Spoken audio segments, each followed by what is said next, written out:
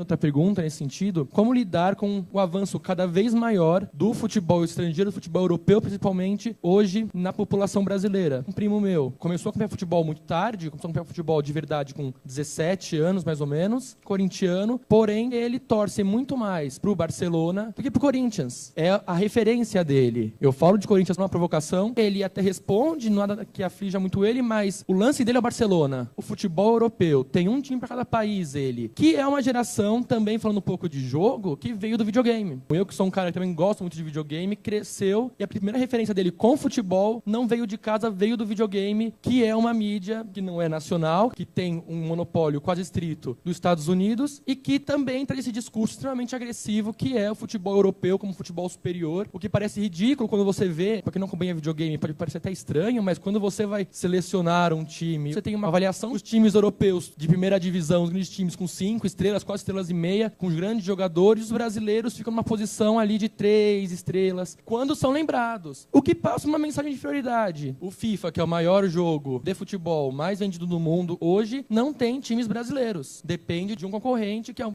só, que é menos vendido, mas não tem times brasileiros. Então, isso é uma geração inteira que está no meio digital, sofre a influência dos jogadores que elas admiram, que muitas vezes tem uma influência muito negativa, tal qual o Felipe Melo, tal qual o Deola, e que quando vão buscar um referencial brasileiro, não encontram referencial europeu. Então é mais ou menos isso minha pergunta. Essa disputa, né, que existe pelos torcedores brasileiros por parte de uma filiação a clubes que são de fora, clubes europeus, que têm maior visibilidade na mídia e que acabam tomando esse fenômeno de uma bifiliação clubística, né, que é um fenômeno curioso e o André deve lidar muito com isso, porque é isso que aflige muito a torcidas do Norte e Nordeste. Aquilo que a nós aqui do Centro-Sul incomoda em relação à presença de Barcelona, Real Madrid, Manchester e o caramba 4, isso é corrente no Norte e Nordeste, que é essa bifiliação, que são os clubes aqui do Sul-Sudeste, disputando as torcidas lá. Por isso, a questão da valorização de uma única filiação torcedora. E a questão do biclubismo, do triclubismo e tal, que eu vejo também é um discurso excludente pra caramba, né? Quem é que tem acesso ao futebol europeu? Com exceção agora desse fenômeno aí da transferência do Neymar, que em pleno Campeonato Brasileiro se botou ali a bolinha e todo mundo acompanhando, né? Gol de quem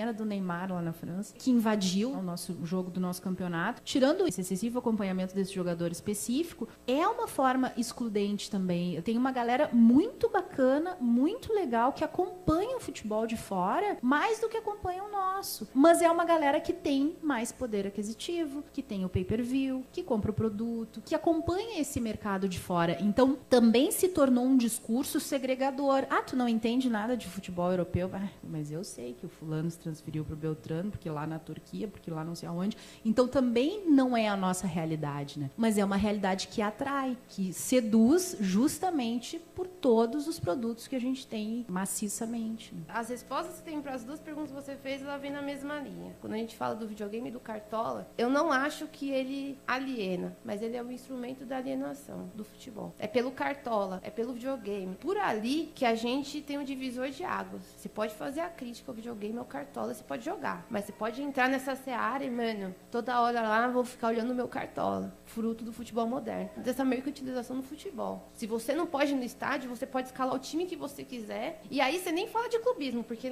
cara, debate de clubismo nem aparece. Porque o que vale é quanto eu vou ganhar de pontuação, quanto eu tenho de dinheiro. Puto, cara, minhas crianças fazem isso, cara. Eu tenho Cartola. Eles escalam o meu time.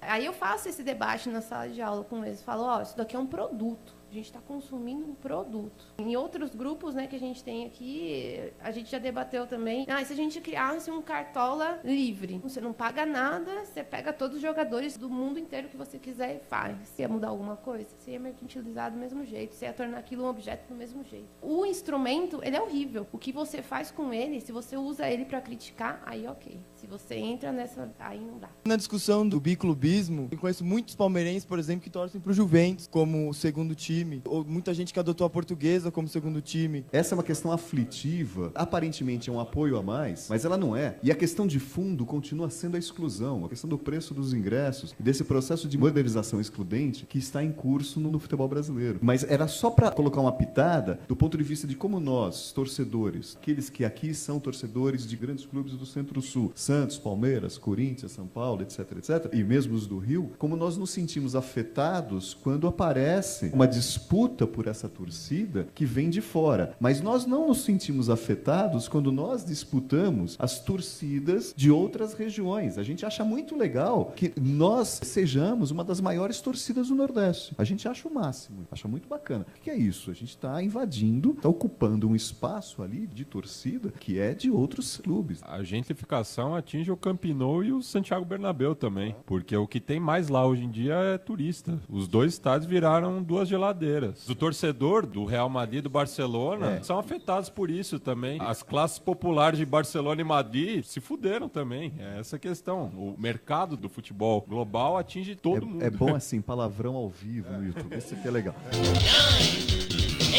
8